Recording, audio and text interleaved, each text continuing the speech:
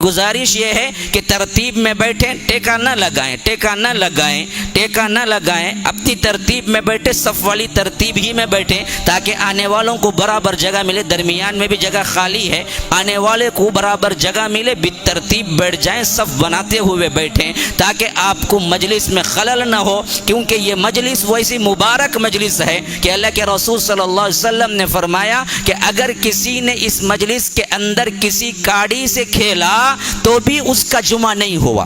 اللہ اکبر، کتنا سنجیدہ مجلس ہے، دیکھیے کتنی سنجیدگی اللہ کے رسول صلی اللہ علیہ وسلم نے اختیار کرنے کا حکم دیا کہ اس میں سلام کلام بھی نہیں ہو سکتا، کسی نے سلام کیا تو جواب بھی نہیں دینا چاہیے، حتیٰ کہ اللہ کے رسول صلی اللہ علیہ وسلم نے فرمایا کہ اگر کسی نے اپنے ہاتھ سے ادھر کی کاڑی ادھر کی، ادھر کی کاڑی ادھر کی تو بھی اس نے لغو کام کیا، اور جس نے لغو کام کیا اس کی جمعہ نہیں ہوتی۔ فمن لغا فلا جمعۃ لہ، جس نے لغو کام کیا اس کی جمعہ نہیں ہوتی۔ آپ حاضر ہوئے، سنے، نماز پڑھے، لیکن ثواب کے اعتبار سے آپ کو کچھ نہ ملا تو اس سے بڑی بدبختی کوئی اور نہیں ہوگی۔ مجلس کو پہچانیے کہ یہ بڑی مبارک مجلس ہے جس کے اندر اللہ کے رسول صلی اللہ علیہ وسلم پھلانگنے سے منع کیا کرتے تھے، جلدی آنے کے لیے بزور کہا کرتے تھے، اور صحابہ رسول اللہ کا یہ اہتمام اس حد تک ہوتا تھا کہ وہ صبح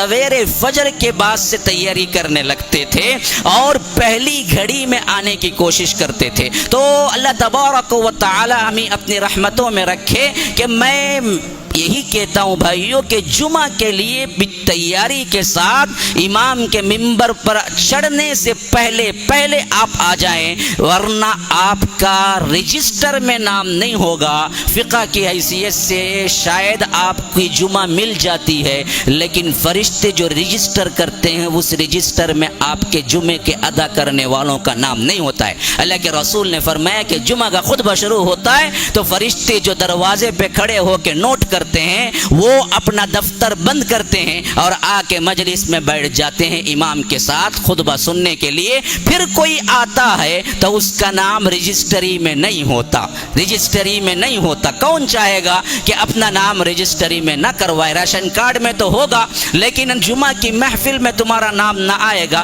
کتنے افسوس کی بات ہے، میں دیکھ رہا ہوں کہ اہل الحدیث محلہ ہے اور اہل الحدیث مسجد ہے۔ ابھی میں جب آ رہا تھا تو سنا کہ کیا پورے اطراف و اکناف کے جتنے علاقے اور مسجدیں اور جتنے گھر ہیں وہ سب کے سب اللہ کے فضل سے کیا ہے اہل الحدیث گھرانوں کے لوگ ہیں۔ بڑی خوشی ہوئی، ایسے محلے ہمارے چنئی میں دیکھنے میں تو نہیں آتے، لیکن جب میں ممبر پہ چڑھ رہا تھا کہ 2-3 صف دیکھ کے دل بیٹھ گیا کہ اہل الحدیثوں کی یہ حالت ہو تو پھر ہم کہاں جا کے دوسروں کو بولیں گے؟ جب باڑ ہی فصل کھانے لگے، کھیتی کو بچاوے کے لیے باڑ باندھی جاتی ہے کہ تاکہ جانور وغیرہ آ کے کھیتی کو نہ چر جائیں، اور وہ باڑ ہی کھیتی کو کھانے لگے تو پھر کھیتی کو بچائے گا کون؟ یہی حالت ہم اہل الحدیثوں کی ہو چکی ہے۔ اہل الحدیث ہی کتاب و سنت پہ عمل پیرا نہ ہو، وہ خود جمعہ کی اہمیت نہ ہو، ممبر سے چڑھنے سے پہلے پوری مسجد بھر جانی چاہیے، لیکن وہاں پر 2 صف ہوں تو پھر کس کا ماتم کریں؟ ہم کن کن کے پاس جا کے بولیں؟ جن کا دعویٰ ہے کہ ہم حدیث اور قرآن پہ چلتے ہیں، ان کی مسجدوں میں امام ممبر پہ چڑھتا ہے تو 2 صف، لا حول ولا قوت الا باللہ۔ اس سے بڑی افسوس کی بات میرے لیے کوئی اور نہیں ہے۔ تو یاد رکھیے مسلمانوں، جمعہ کی جو اہمیت نہ کرتا وہ دیوانہ پاگل ہی کر سکتا ہے یا تو جاہل کر سکتا ہے۔ اتنی عظمت اللہ کے رسول صلی اللہ علیہ وسلم نے بتلائی، اتنی عظمت بتلائی، فرمایا کہ اسی دن اللہ تبارک و تعالی نے حضرت آدم کو پیدا کیا اور اسی دن وہ ہوگا جو قیامت قائم ہوگی۔ اللہ اکبر۔ اس طرح کی اگر آپ کے کام ہیں، آپ مصروف ہیں، پتہ نہیں جمعہ وہ دن ہو جہاں قیامت قائم ہونے کا دن ہو تو ہم سب پکڑے نہیں جائیں گے۔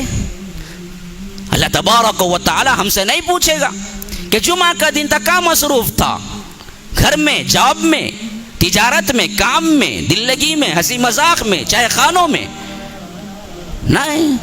اذا نودی للصلاۃ من یوم الجمعہ، اذان دے دی جائے تو دوڑو، بھاگو، نکلو، فسعوا الی ذکر اللہ وذروا البیع، جاؤ اللہ کے گھر کی طرف، مسجد کی طرف، اور حرام ہو جاتی ہے تم پر تجارت.